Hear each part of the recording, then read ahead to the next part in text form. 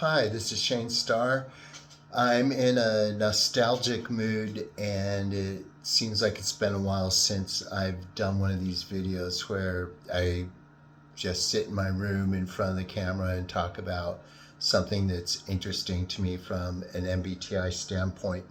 So there's nothing more fun to talk about than our problems or our conflicts. So I thought, out of all the videos I've done, I've never done one on each of the types that don't get along with one another. So I I went down the list of conflicting types from a variety of different sources, and it seems like the greatest conflict, not just documented in the research conflicts, but using that and also real life, it seems like when you have one type's leading function against another type's point of least resistance and vice versa, those two types seem to, for lack of a better word, they seem to hate each other the most. Now, I'm sure there's some exceptions to the rule here, but you can also use this when you're stuck on a type, you're not sure which type someone is, or maybe even yourself. You can kind of look to who you, not just who you like, but who you really don't like and who really doesn't like you. And you can at least get a little bit of clarity that way. So let's just jump right into it. So I didn't put these in any specific order. I don't have any notes really, just a list to make sure I don't leave anyone out. So we're going to start with ENTPs and ISFPs. And I should put that this is MBTI. So we're looking, when we do the JP switch in Socionics, your ISFP is going to be an ISFJ or an ESI in Socionics, but I'm going to call them ISFP because that's, the lead FI. Most people think ISFP off the top of their heads. So ENTP versus ISFP, these types aren't going to get along. They're not going to like each other.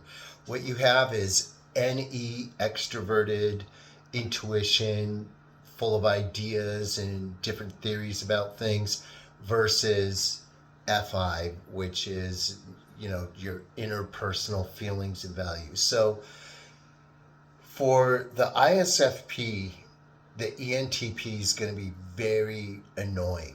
They're going to just hit them with rapid fire, weird questions out of the blue that's not really going to have any practical sense or value to the ISFP, and they're going to be really intellectually tired out by these people. They'll, like, I remember, I'm not an ISFP, but I remember covering the other day at my neighboring workplace, a community right across the street from ours, and this guy who must be an NE lead, I think he was an ENFP, but he's just like, if you were a bar of soap, which kind of soap would you be? What flavor ice cream would you be if you had to be an ice cream cone? Just weird stuff out of the blue like that. Now, I'm not particularly fond of, offbeat questions like that, but I can entertain them at least for a few minutes before I get sick of it. ISFPs will be really annoyed by these kinds of questions. Again, ESIs, ISFJs, if you're doing Socionics. But for the ISFP, they're going to try to get away from a person like this. It's just going to be very off-putting to them. Kind of like scratching nails on a chalkboard or something. They won't like it. Now, from an ENTP's point of view, the ISFP is going to be the most dead, boring person. They're going to be like, knock, knock, is anyone home? Hey, Earth calling, what's your name? They're just going to feel like the other person's a sponge, and it's like, did you hear me? Did you like what I said? Did you dislike what I said? Do you have any thoughts or feelings at all? Anything? Is anyone home? Are you awake? Um, the ENTP will be equally frustrated by the ISFP, or again, ESI.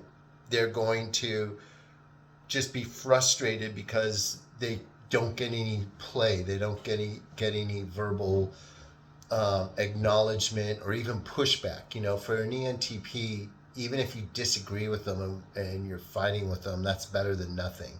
And ISFP is going to give them that exactly nothing. So these two types in a relationship, which would probably not even be a relationship, on a date, it will be, minutes will go by like hours. Both these people will be annoyed with each other, and they won't be able to stand each other's company. All right, moving on. ENTJs against ISFJs. Again, in Socionics, this would be ISFPs or SEIs. Okay, so here we have TE, extroverted thinking, efficiency function, versus SI, which is not just organized, but relaxed, calm, homeostatic, just wants nice, quiet comfort and presence. And the TE lead's gonna be like, come on, let's go, let's do something. So ENTJs and MBTI ISFJs, Socionics, ISFP, SEIs, these guys aren't going to get along.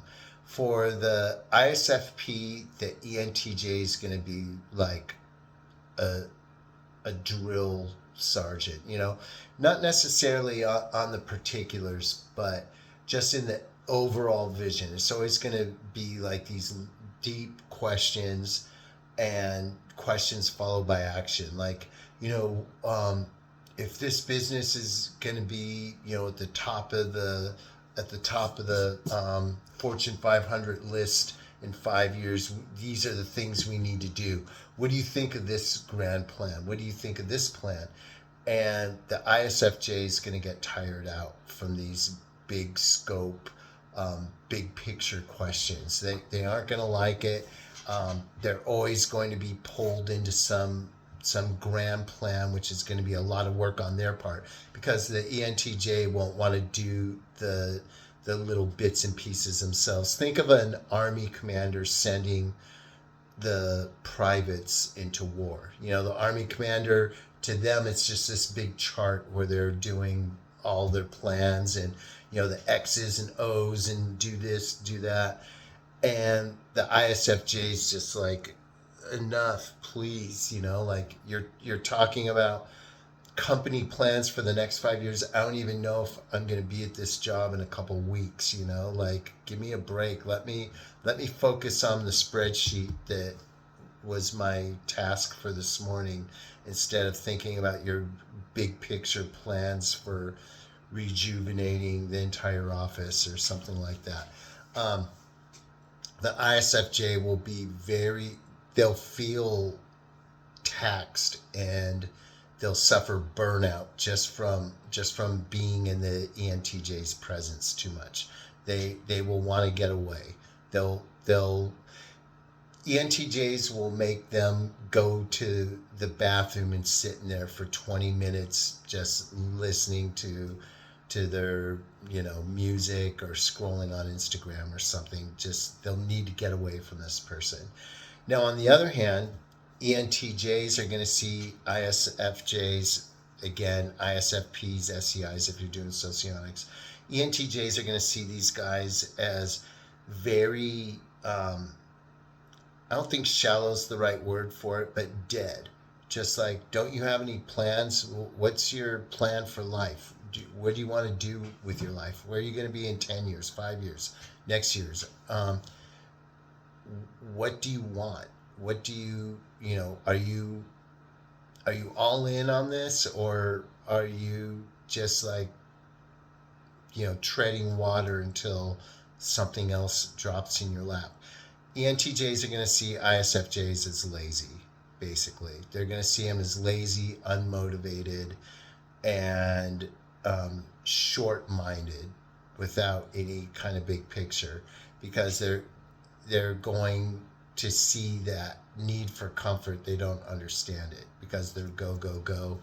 The ISFJ is going to want to chill and not be pushed. That's going to be a problem, especially in the workplace. I think a relationship can handle this match, but in a supervisor-employee situation, either way is gonna be bad. If you're an ISFJ supervisor, you're gonna feel like the ENTJ is trying to usurp you, and they probably are. If you're the ENTJ supervisor, you're gonna feel like you have a lazy employee. You're gonna want to get rid of them. All right. Next up, we have lead NE versus lead TI. These are our ENFPs versus our ISTPs, ISTJs, and Socionics, LSI. So if you are an LSI, ISTJ and Socionics, but ISTP and MBTI, you're the,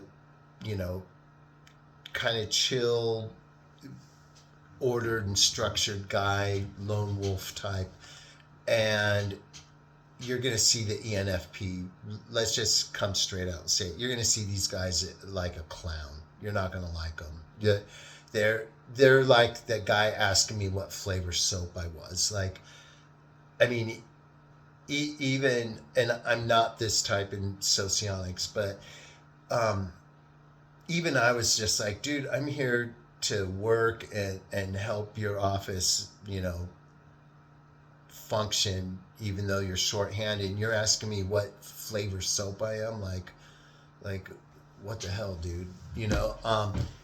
ISTPs, LSIs, and Socionics, these guys are going to hate that. They're going to see the ENFP at best like a clown. At worst, they're just not going to respect the person at all. They're not going to buy into any of their games, their opinions. Each question that doesn't have a purpose or have to do with the task at hand, they're going to see as an unwelcome intrusion, and they're going to look at them just like an airhead, stupid person. Very frustrating, especially if the LSI or ISTP is the supervisor, and you have, you're trying to get a task done, and you have someone asking you what is to you stupid questions, what is to them interesting conversation makers. It's going to be frustrating. Now, if you are an ENFP, you're going to see these LSIs, Socionics, ISTJs, ISTPs, and MBTI. You're going to see these guys like an anchor, a buzz killer. You're going to see them as like this dark hole that's just sucking you down and sucking the life out of you. All work, no play, no fun. You're going to see these guys as just the bane of your existence. And if you're an employee, you're not going to last with an LSI boss, ISTP boss. Even though they're chill at times, you get no small talk, you get no bouncing around of ideas, you get no social play with these guys at all. Now, to someone like me, I'm fine with that. An ENFP, it's like their worst nightmare. If you're in a personal relationship with these two types, I don't know. The only way it lasts long term is if each has their own rich set of friends that they can get those things out with, because they're not going to get those needs fulfilled from each other. Okay, next, and this is the one that I have the most personal experience with. I'm not making a claim for my type in this video. I'm just making a point that this is one I've experienced. And this is ENFJs versus ISTJs In Socionics, it would be ISTp SLIs. This is FE versus SI. And this one hit me hard last week.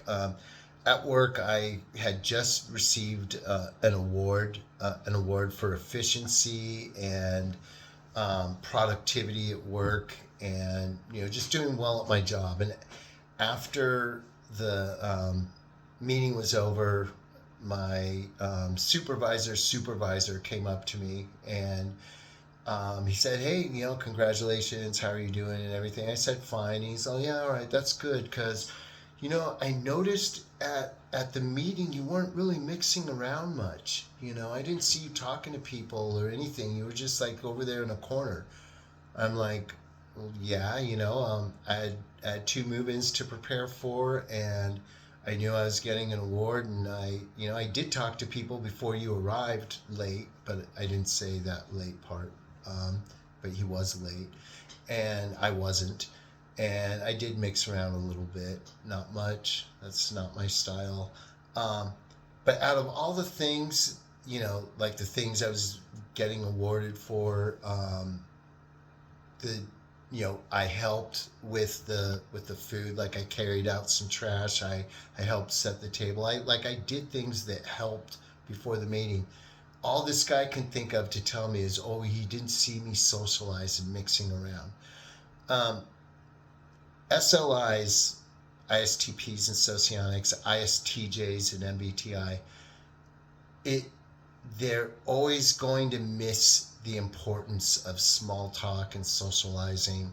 Why is that important? And it's a real question, valid right here, right now with me. I hate that corporate game. I hate the fact that I can be ahead of someone else on every single measurable marker, but they'll probably get promoted ahead of me because they're more bubbly and they interact with people and talk about what happened on the recent TV series they're watching. Just small talk BS crap that has nothing to do with efficiency or furthering the business or anything. And just the fake smiles, fake handshakes, the how are things at your complex, when you don't even know how things are, you don't care how things are. Everyone answers the question, how are you doing? Oh, I'm doing great. Yeah, things are wonderful. How are you doing? Oh, you're doing great too. Yeah, everything's great. Everything's wonderful. It's like just so fake lies, fakeness everywhere. And I don't see how that is beneficial to humans. I don't understand that. Like, when people ask me how I am, maybe one of the worst mistakes I make is I answer the question truthfully. How are you? Yeah, it's been a tough day. It's been really busy, but things are, I'm still getting everything done. That's how I am. I'm not going to say, oh, I'm great, dude. I'm wonderful. How are you? Oh, you're great too. Yeah. I hate that. I can't stand that.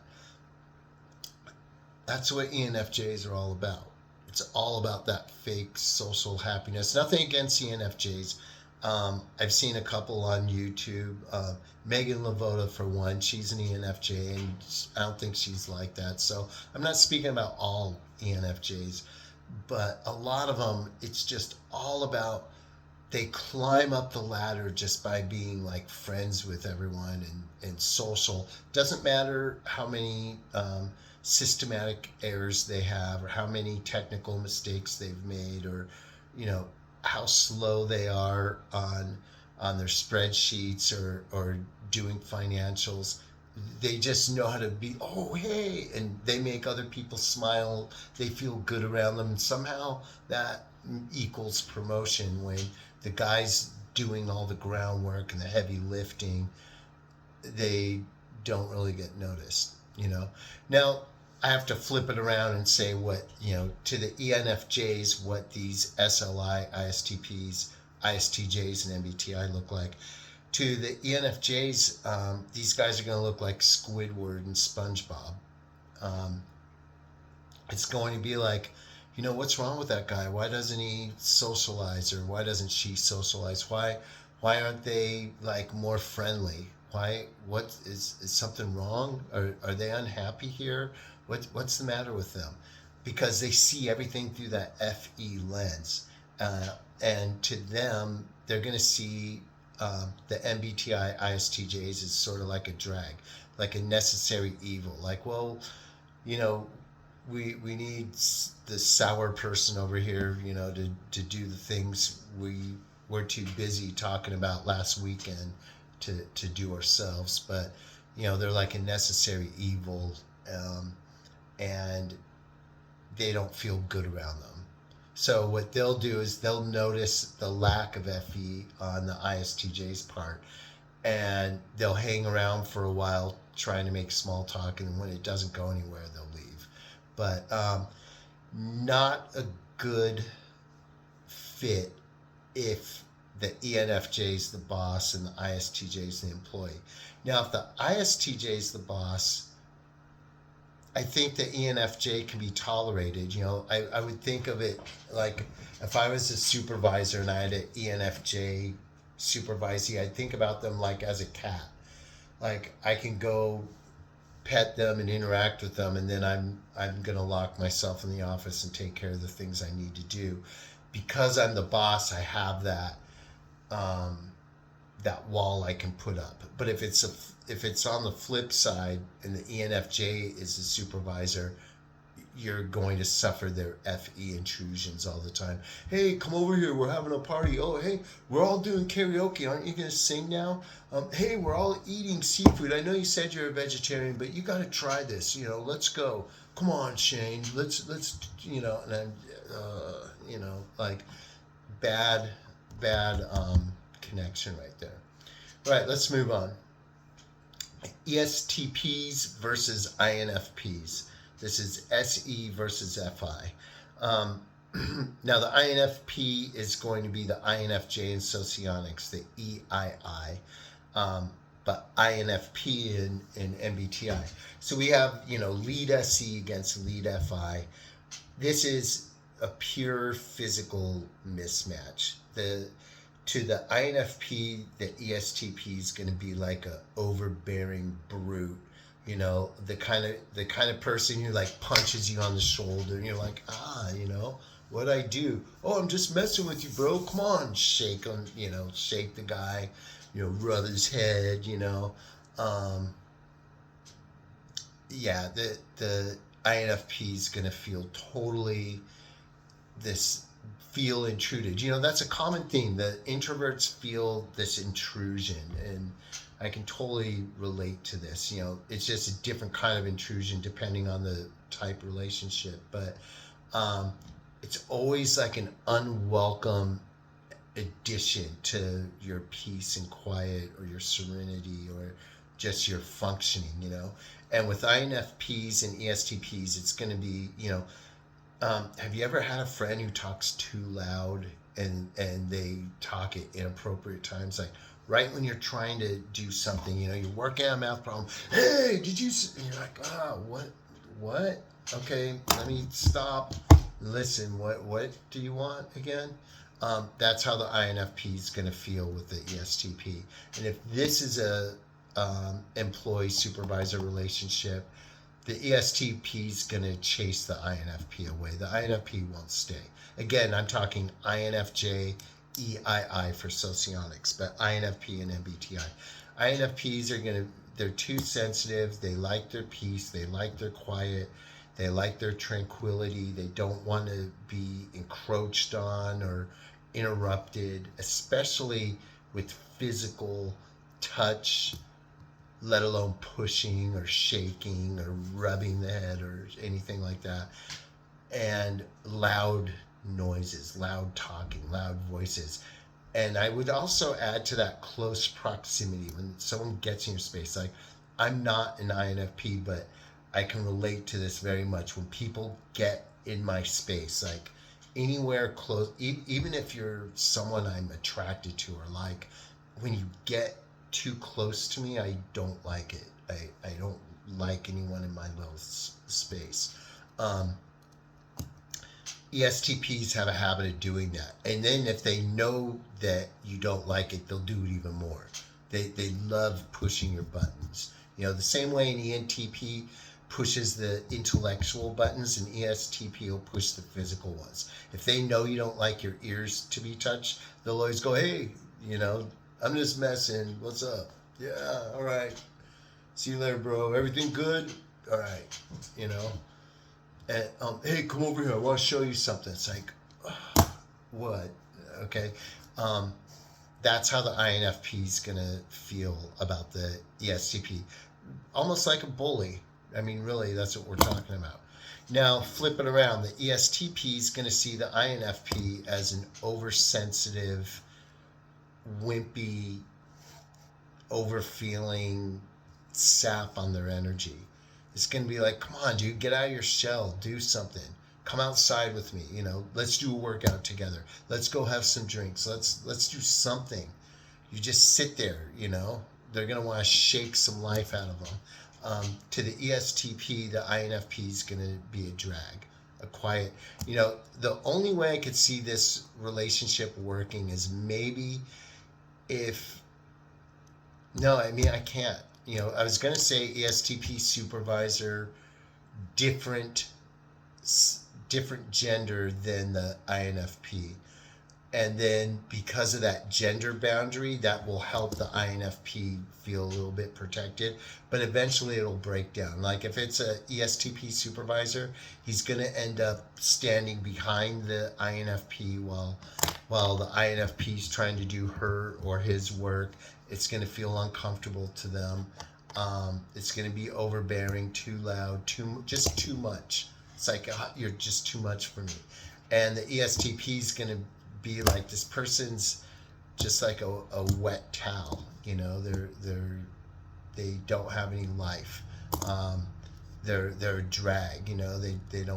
They just sit there and do nothing. Not a good fit at all. All right, moving on. We have three more. ESTJs versus INFJs.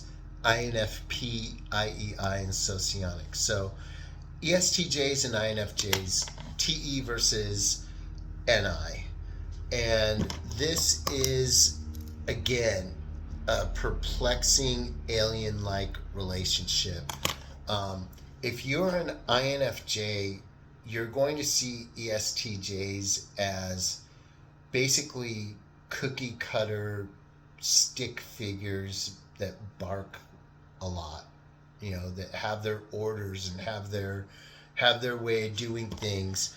And you're going to see these guys the way we see a hamster running around a wheel, just working so hard to accomplish nothing. If you're an INFJ, your whole life is about meaningful existence, doing something for a purpose, doing something that resonates with your overall vision and drive. And ESTJs are just about the details in the moment. I think the worst version of this would be if you are an INFJ employee with an ESTJ boss. Right now I have an ESTJ supervisor, and even though I'm not an INFJ, I do relate to this feeling of like, they just go, go, go, go, go. And it's like, dude, where are you going? If you drop dead today, the office is still going to survive without you. All these extra little tasks and procedures you're throwing, you think they're for efficiency, but at some point you reach the point of diminishing returns.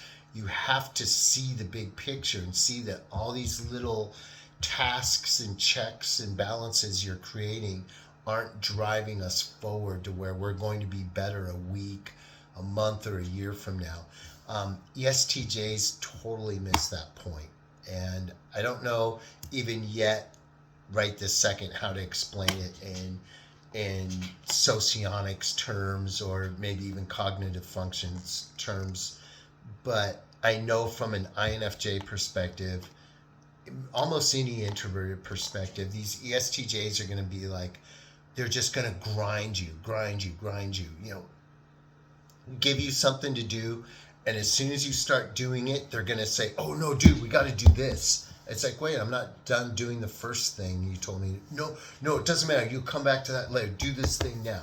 And then 10 minutes later, they're going to interrupt that second task with another task and another task.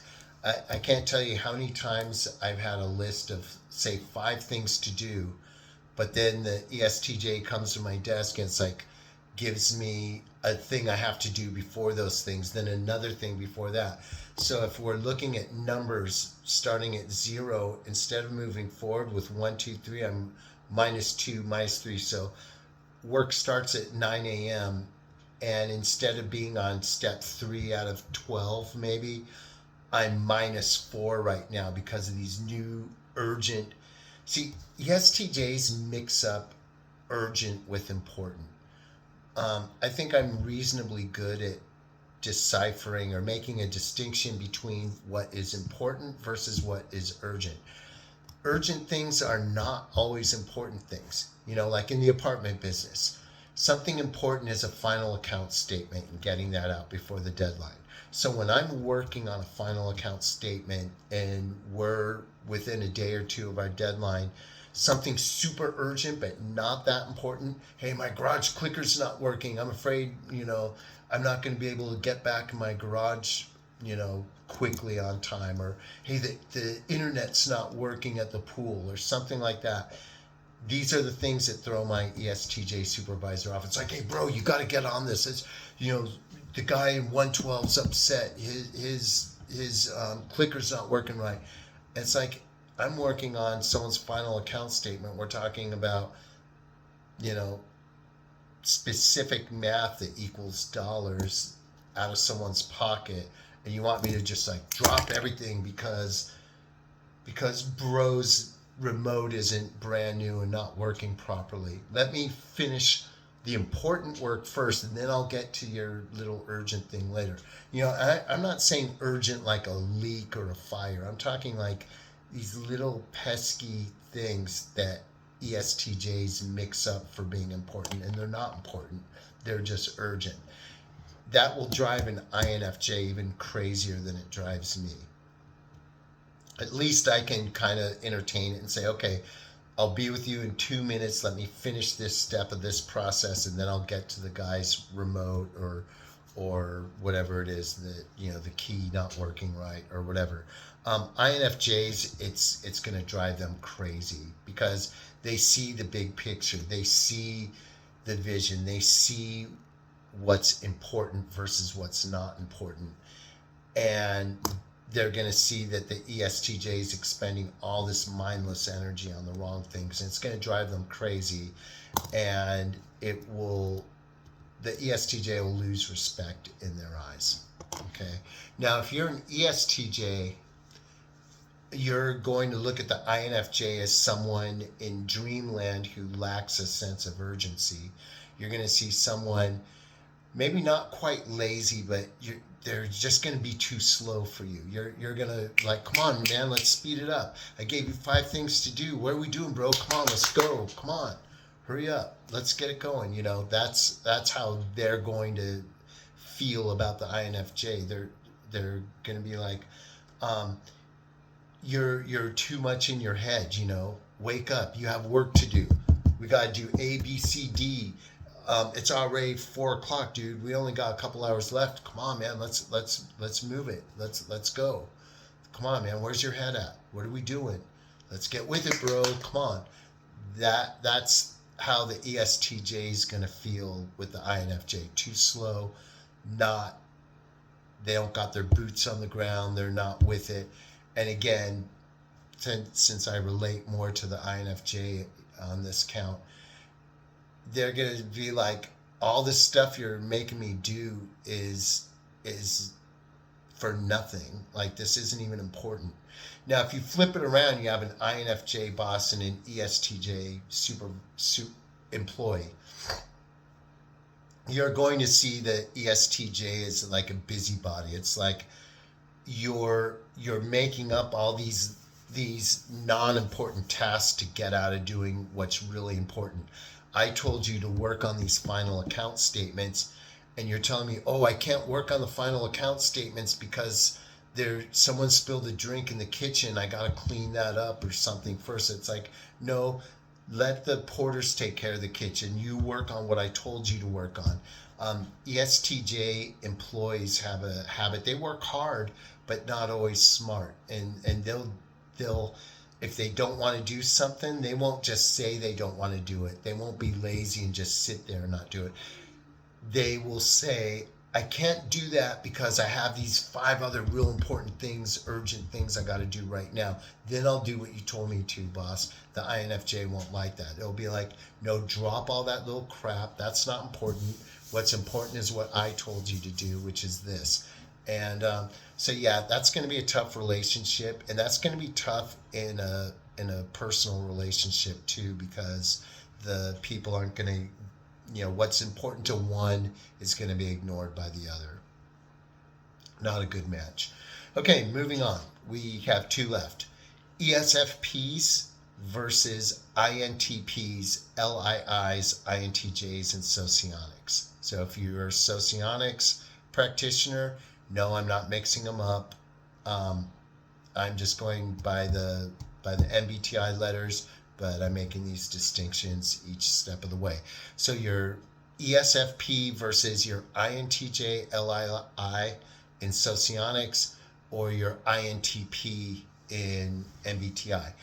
This is SE versus TI. So whereas an ESTP can get along with an INTP, ESFPs and INTPs, they're going to be like neither one speaks the other's language. The INTP is going to see the ESFP as airheaded, flaky, stupid, unfocused. They're going to see him as not having it together, weird ideas that don't really make sense, or that make sense but only in a particular context.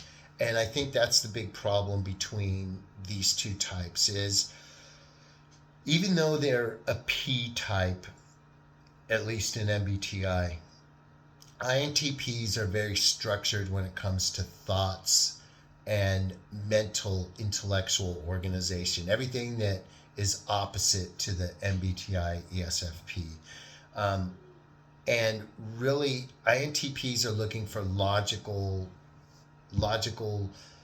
categories and rules that they can live their lives by or live their work by. And with ESFP, everything is contextual, and I try to figure that out. Like, what is it, because they're not all stupid.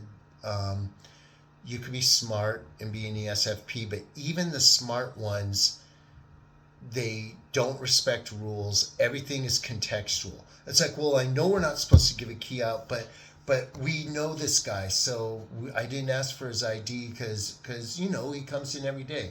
It's like, okay, it doesn't matter if he's your brother, sister, or dad.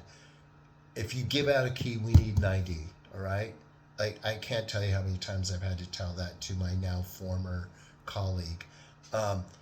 Every rule, she could think of an exception to it.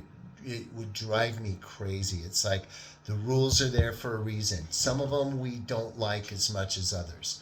I never liked the idea. For instance, when we take an ID, the rule that it can't be an expired one. It's like, come on, the whole spirit of getting the ID is knowing who has our keys and how we can reach them later. If it's an expired license from a month ago, does that really matter? I can see stretching the rule there, but my former colleague would just give out a key and no ID. It's like, hey, we're missing a key. Who'd you give this to? Oh, I don't remember, can't we just get it back? And it's like, no, not if we don't know who has it. And we don't know who has it because you didn't take their ID. Giving out too many parking passes when you're only supposed to give out one. ESFPs, everything can be negotiated. Everything can be changed. In personal relationships, this can look like as something innocuous as taking some of your fries when you ask them Do you want anything? No, I'm not hungry. And then, so, okay, are you sure? Okay, you're not hungry. I'm not getting anything. No, that's fine. Okay. Then you get your fries and they're eating off your fries. It's like, you know, or it can be something as bad as taking money out of your wallet. Well, I didn't think you would mind. Um, or doing a bunch of things that can be seen as unethical. To the INTP, and I am no INTP, but I can relate to INTPs here, they're going to see ESFPs as reckless, unbound, flaky, because they don't respect rules. Like we have, my ESFP former coworker, she would just come in whenever she feels like it. Like you have to be there at 9. For me, I'm there at 8. I've been at my job 2 years, never been late yet. Never. Not a single time have I been late. 0. She was late more often than she was on time.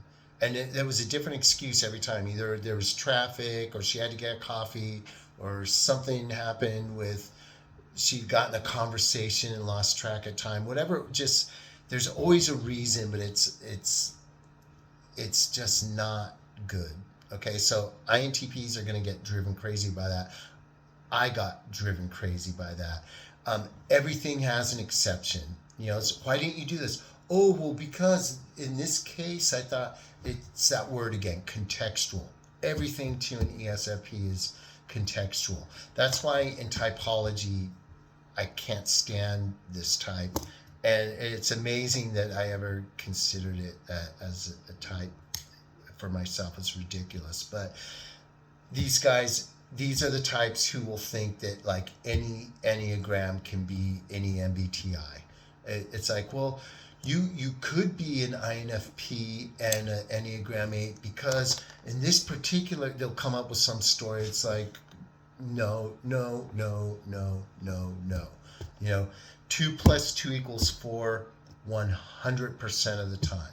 The math doesn't lie.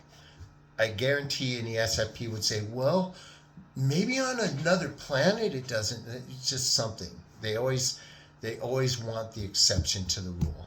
And ESFP residents are the worst because they always think they deserve an exception to the rule. There's only 1 parking pass per household. Oh, but you don't understand. This is my work.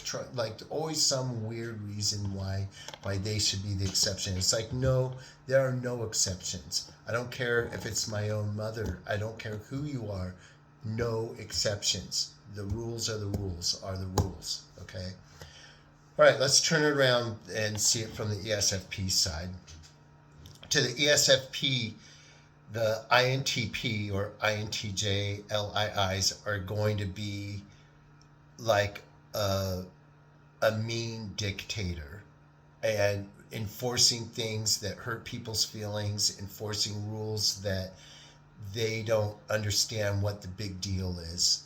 And they're going to be like, your rules are stupid. Why do we have to follow this? Can't you see this person's crying? They need help. Can't you see this person broke the rules, but other people broke the rules and they didn't get their car towed. So why can't we refund this person for their car getting towed? They're going to see it as an affront to feeling, an affront to what they feel is right in their hearts. And they're not going to appreciate intellectual structure.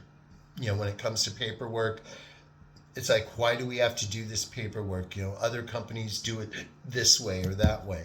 Other companies don't have this paperwork. Other companies don't have these rules. And going back to the INTP, it's going to be like, well, why don't you work for one of them then? Because here, this is what we have to do.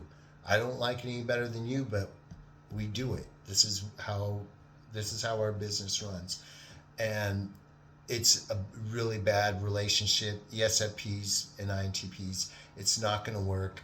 I think in personal life, I don't see this working out in a romantic relationship either. I think that ESFP is going to be too spontaneous and happy-go-lucky and want to do too much outside things.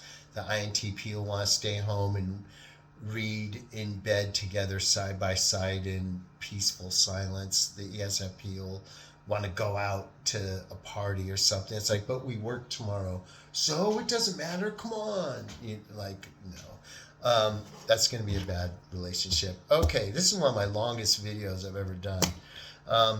ESFJ and INTJ, INTp, ILIs, and Socionics. This is the social guru butterfly versus the focused visionary FE versus NI. A bad pairing.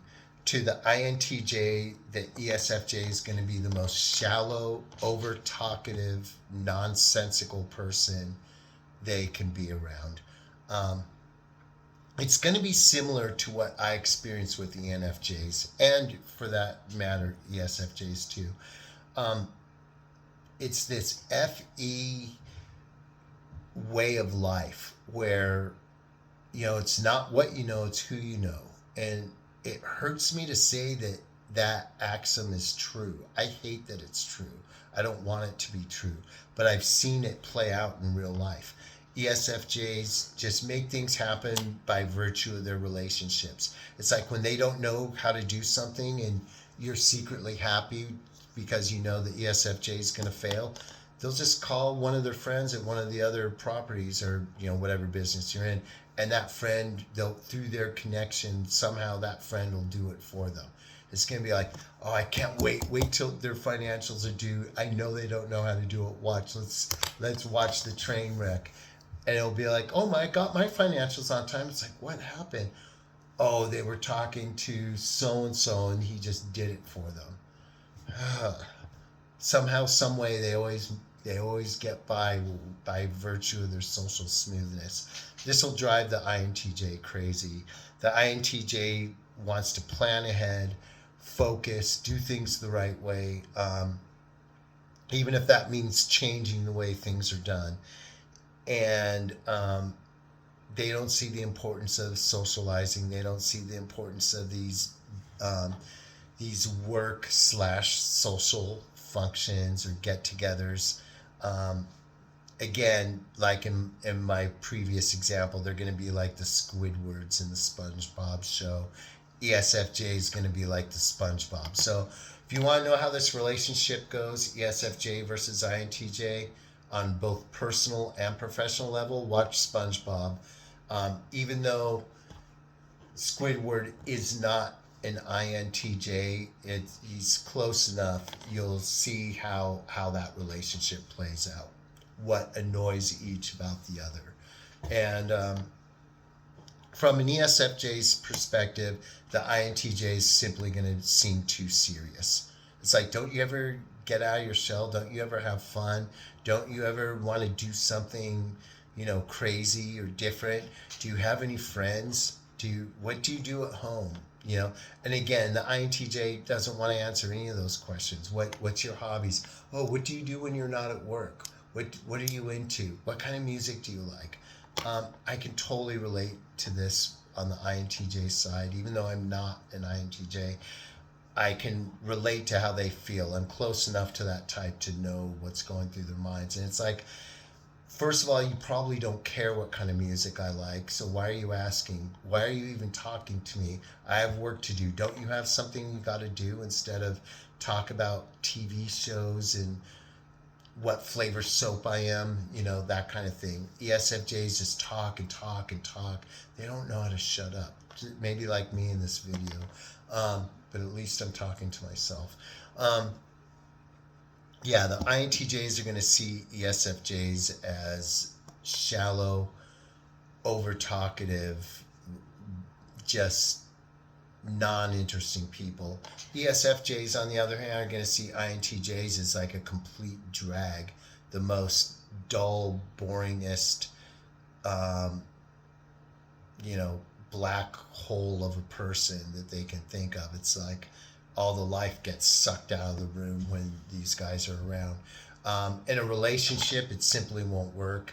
employee relationship, the INTJ is going to see the ESFJ as being really distracted, non-focused. The ESFJ is going to see the INTJ as antisocial and not a good fit for office dynamics. All right, those are our conflicting types. If you lasted this long, thanks. It's been fun, at least for me. Till next time, have a good one, you guys. Peace out.